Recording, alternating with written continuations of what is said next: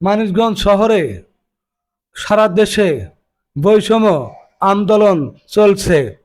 9 দফার দাবিতে সারা দেশে বিক্ষোভ চলছে, আন্দোলনে ছাত্রছাত্রী।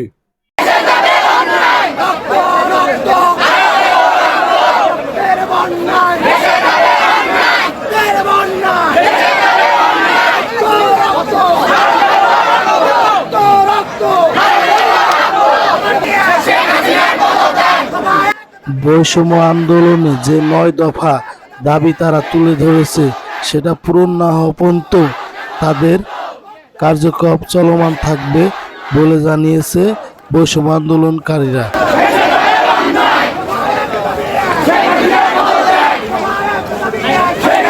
শুধু মানিকগঞ্জ জেলায় বিক্ষোভ না, পুরো বাংলাদেশে সারা দেশে বিক্ষোভ চলছে এবং এটা চলমান থাকবে।